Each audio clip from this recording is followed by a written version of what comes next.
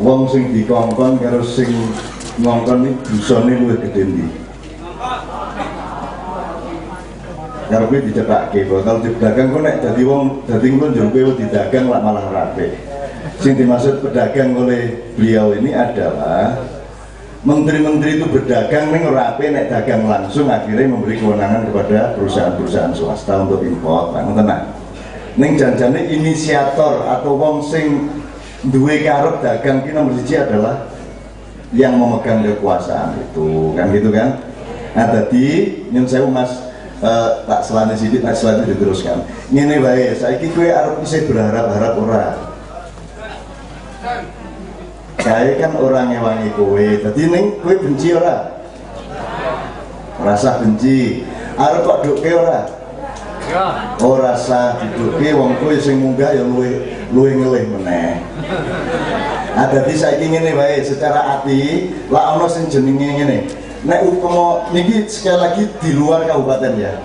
So, saya tahu susahnya jadi bupati, wakil bupati karena dia tidak bisa bikin policy yang langsung bisa apa ya diterapkan bebas dari policy nasional. Jadi saya ngomong pemerintah pusat ben jenengan ki rasa ngenteni ngono. Jadi ngene.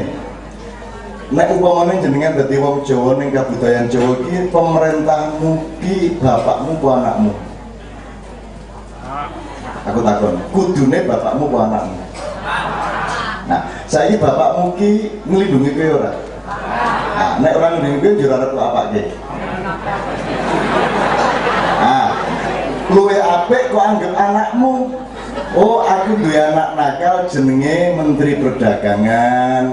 Aku duwe anak nakal jenenge SBY, aku duwe anak nakal jenenge Menteri Pertanian. Ya wis lah, anak pola bopo ada. Wis saiki sing penting piye carane anakku ora banget nyelakane aku tak golek urip mandiri bebarengan karo padha-padha wong tani. Ayo wis rasa peduli ki impor ra impor pokoke awake dhewe nandur luwih apik. Masalahnya saiki ki wis kadung kita jadi korban dari politik pupuk. Ngoten Mas nggih.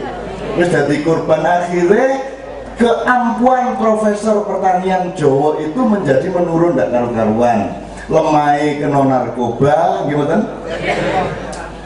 Kecanduan, akhirnya malah hamanya diciptakan juga antara lain oleh pupuk itu sendiri, sehingga warisan nenek moyang kita kan tidak hanya pelaut. Nenek moyangku orang petani, aslinya ngelukui. Neng bareng tekan pesisir dia dirubah orang pelaut. Neng aslinya petani. Nah jadi saiki malam ini kita harus bebas dari manggil-manggil kepada pemerintah pusat. Wis rasa kok urus pemerintahmu Gusti Allah wae. Sing penting podo-podo petani, ayo bareng-bareng sareng-sareng Pak Bupati, Wakil Bupati dan pejabat-pejabat daerah guyub rukun gotong royong kan begitu.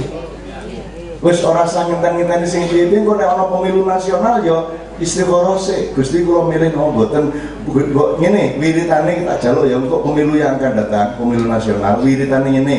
Ya Allah, mbok jenengan nderek pemilu ya. Jadi mohon kepada Allah ikut pemilu. Salah enggak? Caranya Allah ikut orang jur teko nang TPS nyoblos. Carane Allah ngekei hidayah nang wong Indonesia ben milih sing bener ngoten to. Anek Gusti Allah melu-melu pemilu kira-kira menang ora? Gusti Allah mesti menang. Ning carane Gusti Allah orang jur wah Gusti Allah teko nganggo jas. Yo nang TPS ya ora ngono kuwi. Nah itu wiritan begitu tuh bagi saya tidak ada masalah karena Anda ingin Allah ikut berperan di dalam proses pemilihan pemimpin. Gimana? Jadi ku ya apik-apik wae bahasane piye? Ayo cara Jawa. Cara Jawa Gusti mbok nderek, Gusti mbok nderek, Gusti mbok nderek, Gusti. Ngono wae ora apa-apa.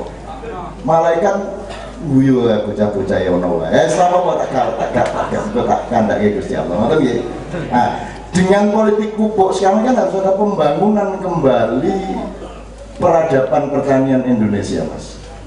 Kudu didandani cara kepiye sing wis kadung dirusak. lemai pengetahuan mengenai wine dan kedaulatan terhadap wine ini kudu piye wong tani ngoten Mas.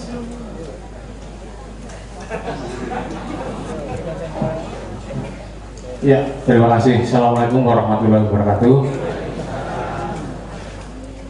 Malam ini saya sangat senang karena ada pengajian, kita ibadah, dan sebenarnya petani itu setiap hari ibadah karena sosialnya sangat besar Pak. Kita nanam itu sangat untung, tapi tidak bisa sejahtera karena kita bisa menghidupi dari presiden sampai bapak lurah, dari ustadz sampai umatnya, itu karena petani ini. Jadi kenapa ada padi impor, ada garam impor, itu memang kesalahan dari kebijakan oleh Ganjar. Kita tidak dilindungi. Kalau kita melihat urusan pangan, kita petani setiap hari di sawah, itu kita nanam pari, kita bawa bangga ke sawah itu ditanami di galengan itu aja, nanti 4 bulan kita cabut sudah bisa untuk makan, cukup. Urusan pembangunan ternyata di dalam perut bumi kita itu banyak tambang, ada tambang emas, tambang minyak, tambang banyak sekali, termasuk di Klaten ada air dan daya C, pasir. Itu sangat melimpah. Tapi kenapa rakyatnya miskin itu yang jadi masalah? Kenapa itu jadi impor itu yang jadi masalah? Sebenarnya kalau kita hidup sebagai petani, kalau miskin itu juga tidak fakta karena kita hidup di tanah yang sangat subur, tanam apa saja bisa hidup. Jadi kalau saya melihat apa petani itu rugi, sangat tidak. Kita bisa melihat secara langsung, kita menanam padi 1 bulir. 1 bulir itu kalau kita tanam jadi satu dapur isinya 10 batang. Satu batangnya itu kalau dihitung jadi satu itu sekitar 100 sampai 150 butir. Sehingga kalau kita kalikan 10 kali 100 itu aja sudah 10.000. Ya kita selama 3 bulan itu bisa mencapai dari 1 menjadi 10.000. Berarti hampir berapa? 10.000%. Nah kalau 10.000% kerja apa? Selain petani bisa menguntungkan selama 3 bulan 10% itu? Saya pikir tidak ada. Tetapi kenapa petani tidak sejahtera? Itu yang jadi permasalahan. Itu tidak bisa diselesaikan dengan petani sendiri. Karena itu kita campur tangannya dengan pemerintah yang mengatur kebijakan ini. Nah, kalau saya melihat kenapa terjadi kedelai impor, terjadi kedelai padi impor, garam impor, itu karena memang ada kesalahan dalam pengelolaan di negara kita ini. Kenapa salah? Ya kita bekerja itu kalau tidak bisa untung, tidak bisa sejahtera, siapa yang mau melakukan? Sesubur tanah, sesubur apapun, siapa yang mau nanam? Tidak mungkin ada. Sekarang anak-anak petani sekarang ditanya, ini jadi petani, tidak mungkin mau karena tidak bisa mensejahterakan. Kenapa tidak mensejahterakan? Karena pemerintah tidak niat untuk mensejahterakan petani. Konsepnya satu sebenarnya, sejahterakan petani. Tidak mungkin terjadi impor karena ditanam di mana-mana padi itu akan tumbuh. Dan tidak mungkin akan ditanam kelapa sawit karena tidak menguntungkan sehingga kelapa sawit tetap ditanam di mana-mana. Konsepnya sederhana, sejahterakan petani.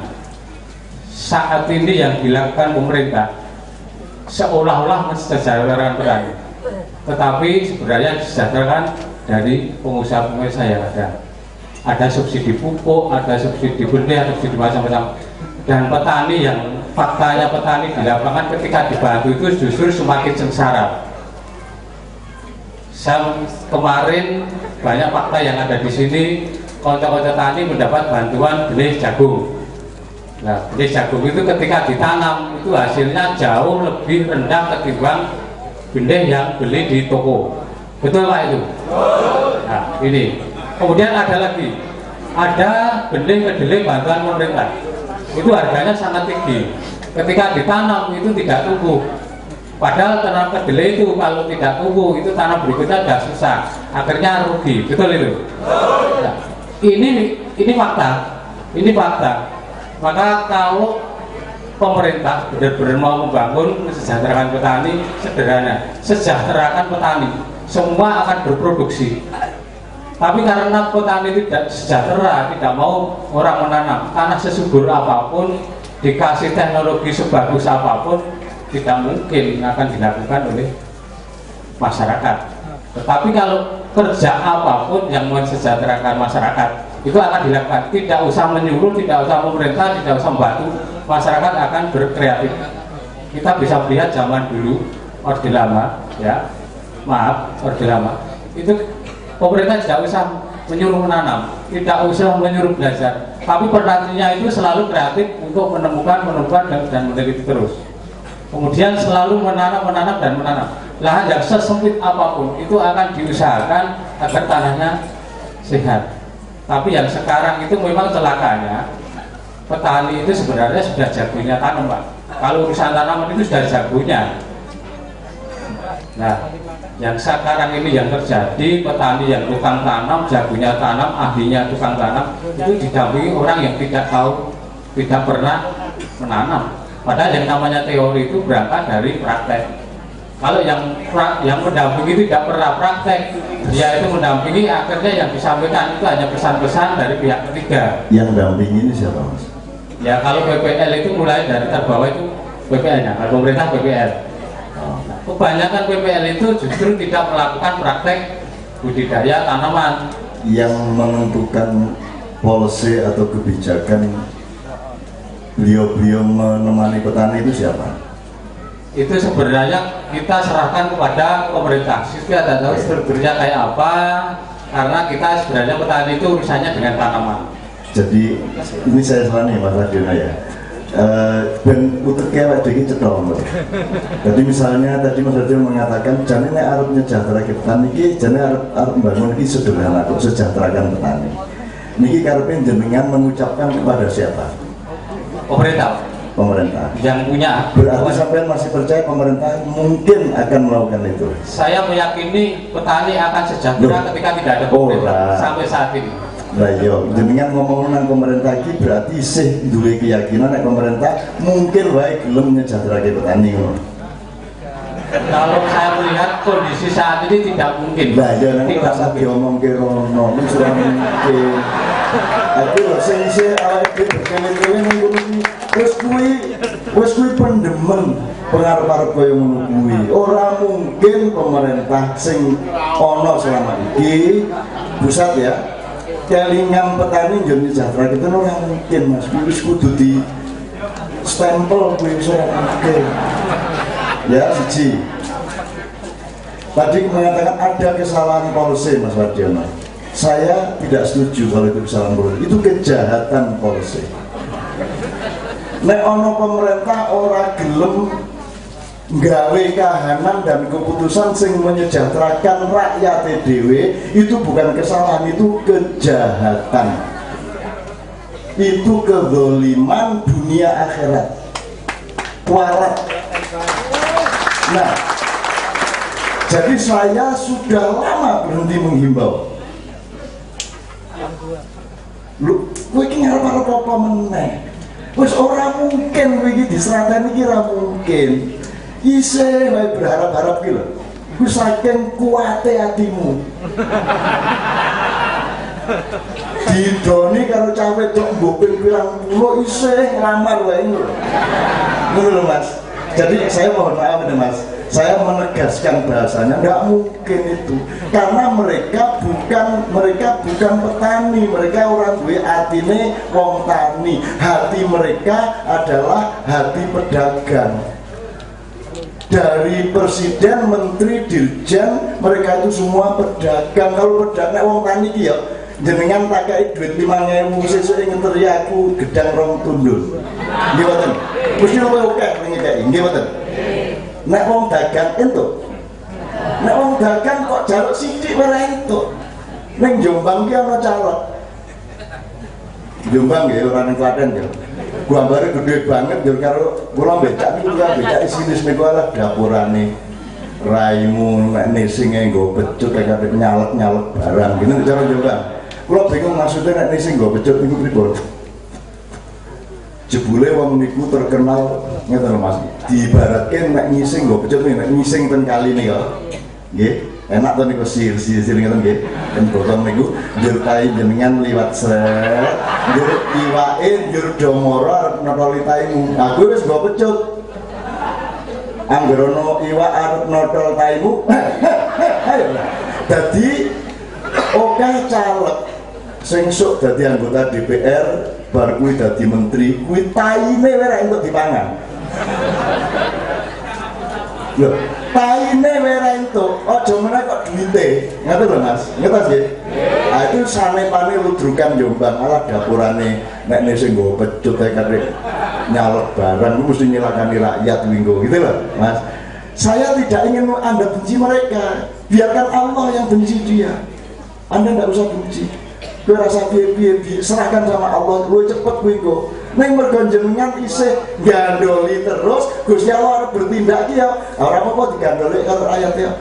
Pripun ayo? Salah ya timbul sing gandoli, jelas kejahatan kok ngomongi kesalahan. Nah kesalahan ora apa-apa Mas, nah kejahatan itu di depan hukum, di depan filosofi, di depan agama itu pol ning kudusane. Ngoten lho. Ya nyun sewu Mas Arjono kula rada negeske dadi ben ora berharap terus. Ngoten lho. Wis saiki iki presidenmu Allah Subhanahu wa taala, menteri pertanianmu Kanjeng Nabi Muhammad SAW dengan sabdanya alaikum bil ghirasa. Jadi Islame wong Indonesia iki dibalekne nang Islam Mekah, kudune wis Islam Madinah. Islam Mekah kuwi bagian sembahyang ping 5, akidah. Angger pidato mesti kita panjatkan puja puji syukur pada Allah Subhanahu wa taala.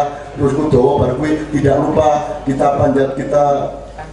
haturkan sholawat kepada junjungan Nabi besar Muhammad SAW yang telah membawa umat manusia dari kegelapan ke jalan yang terang. Ambok kuwabeh bupati sa Indonesia ngomongin ngono kuwi. Ora apa-apa ya biar jam sibuk.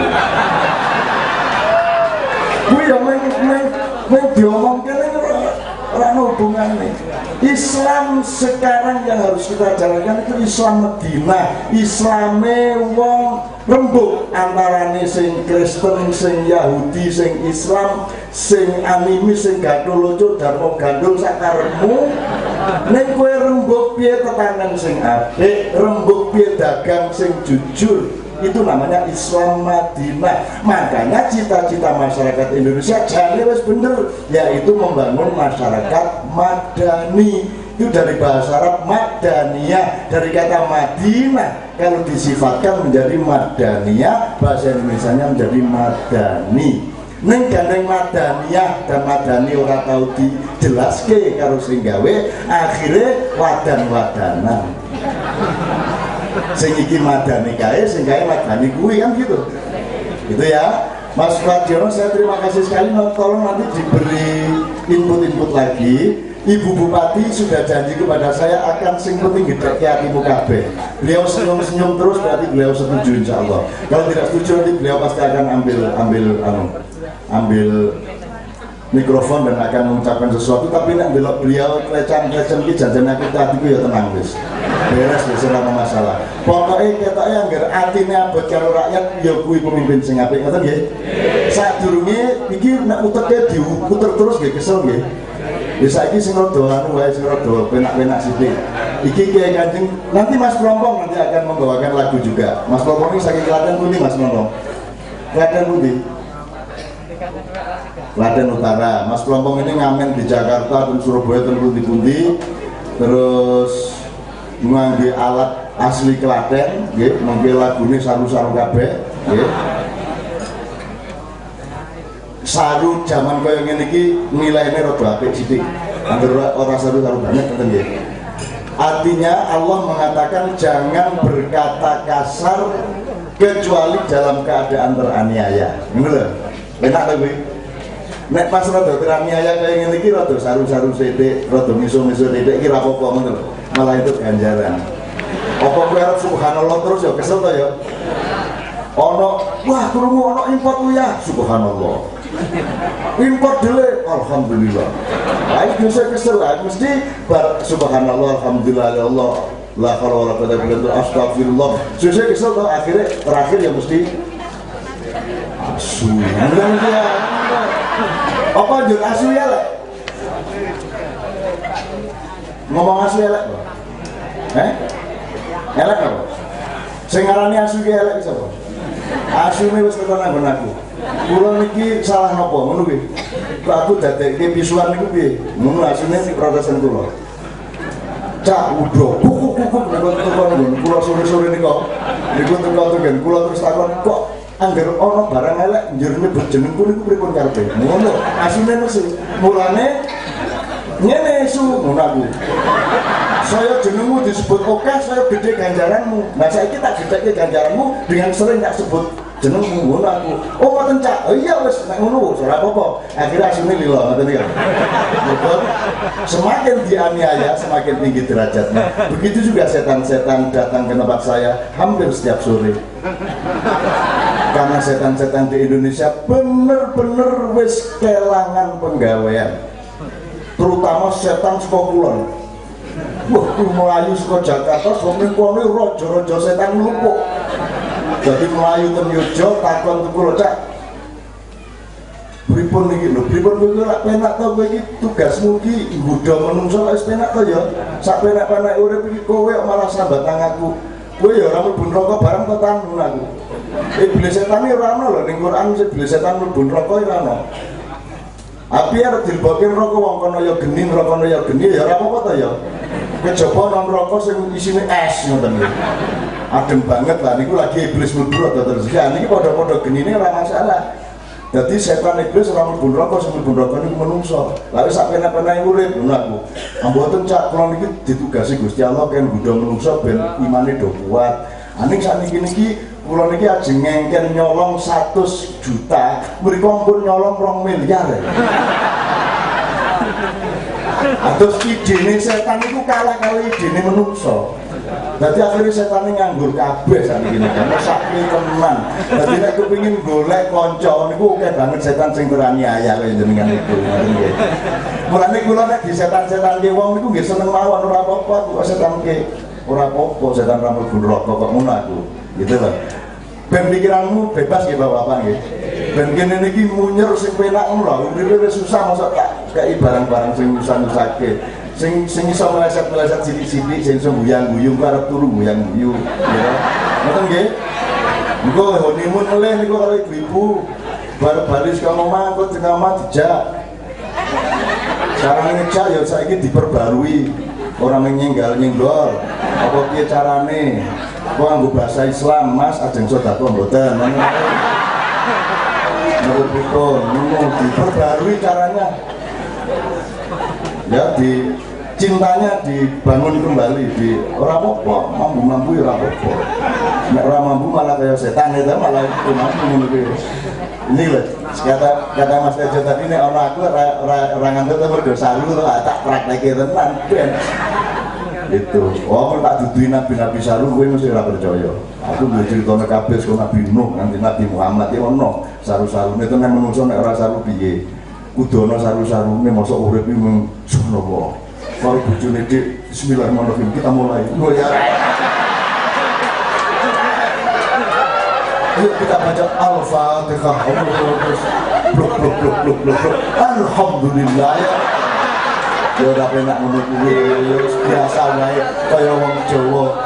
Ngono Ibu nggih.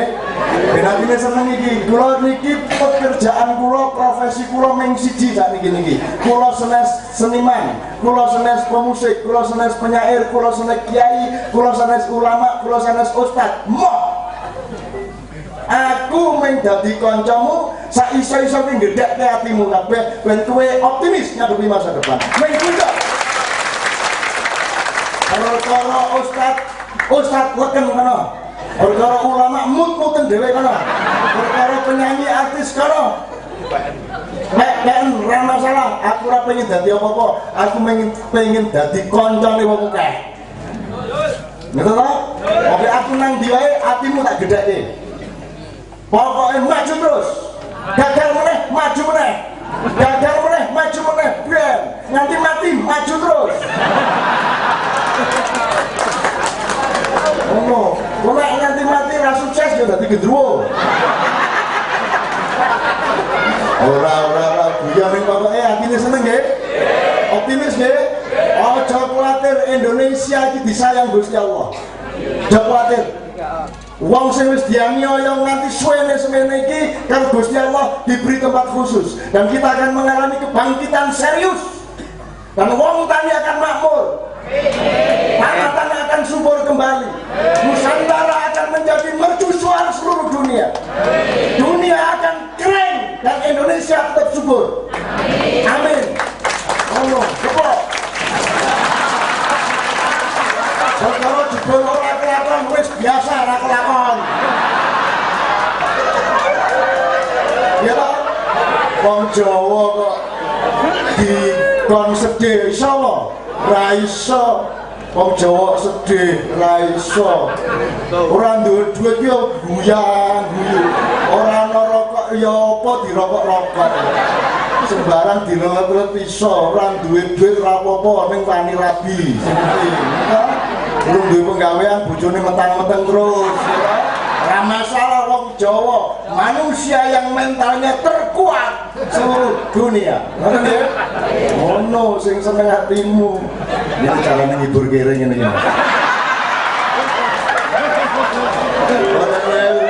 Nek kanca ngono ya. Nek kanca ngono kuwi ngomonge. Nek ustaz lek aku iso ndi? Aku ndi ustaz apa ya? Coba. Jamaah.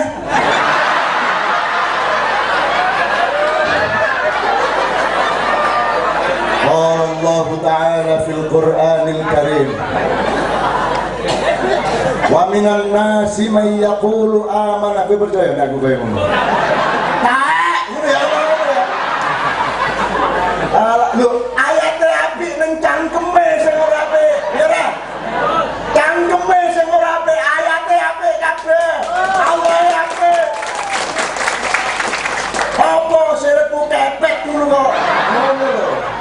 Ah, rada kasar to kula. Kabeh salahe halus-halus. Aku saiki kasare asinan iki ratu. Sing priagung dhuwur banget. Dadi aku ki halus banget wonge.